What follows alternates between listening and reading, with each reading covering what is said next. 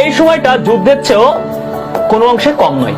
Varsity একটি চিক নিজের দখলে আনতে কত শত রাত, না ঘুমারা বিকেল, সন্ধ্যা হারিয়ে গেছে, কত সূর্যাস্ত ঢলে পড়েছে বইয়ের পাতায়।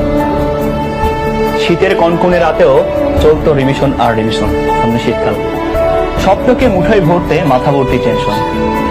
তবু একটাই প্রশ্ন, ঘুরপাক খাই, আমি পারবো তো?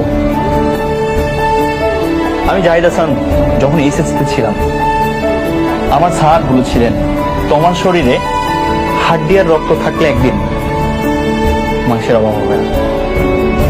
তাই আজ মাংসের স্বল্পতার ভয়ে রাত জাগা বন্ধ করো না।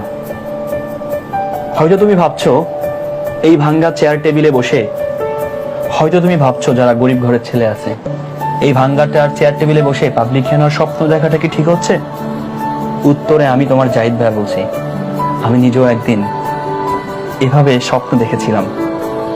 মনে রেখো, তুমি কোথা থেকে স্বপ্ন দেখতেছো সেটা কোনো বিষয় না, তুমি সফল হচ্ছ কিনা এটাই বিষয়। তোমার বাবাও যেন চায়ের দোকানে বসে মুখ ফুলিয়ে বলতে পারে ছেলেটা আমার সম্মান রেখেছে। পড়ন্ত বিকেলে চাচিদের সাথে কষ্টের কথা শেয়ার করে, পড়ন্ত বিকেলে চাচিদের সাথে কষ্টের কথা শেয়ার করতে পারে। আমার সন্তানটা ভার্সিটি সেমিস্টারের ব্যস্ততার কারণে বাসায় আসতে পারছে না, এটা কিন্তু আসলে কষ্ট। আমার সন্তানটা ভার্সিটির ব্যস্ততার কারণে, তুই কালকে বাড়ি যাবি, তোমার অনেক কষ্ট হবে সেমিস্টারের কারণে ভার্সিটিতে। একটি মধ্যবিত্ত পরিবারের সন্তান হিসাবে স্টুডেন্ট লাইফে পাবলিক বিশ্ববিদ্যালয় মাথা জোগাড় চোখের নিচে কালি জমবে, কোমর ব্যথায় টনটন করবে, রাত পেরিয়ে ভোর হয়ে যাবে 100%। আর এই কথাগুলো সে কোথায় নোট করে রাখবে? এইখানে। এইটা তার 4টা মাসের পড়ার রুটিন। যখন তার কোমর ব্যথা করে রাত 5টা লিখে রাখবে, 5টা অ্যাকাউন্টিং শেষ করলাম, 4টা মাস লিখে রাখবে, তার সফল হবে, সে মানুষকে এটা দেখাবে। আমি জানি এইটাও আমরা কুরিয়ার হিসেবে দিয়ে দিচ্ছি স্টুডেন্টদেরকে। চোখের নিচে কালি জমবে, কোমর ব্যথায় টনটন করবে, রাত পেরিয়ে ভোর হয়ে যাবে, তবুও থেমে গেলে চলবে না, এর নামই আর ভীষণ যোদ্ধা।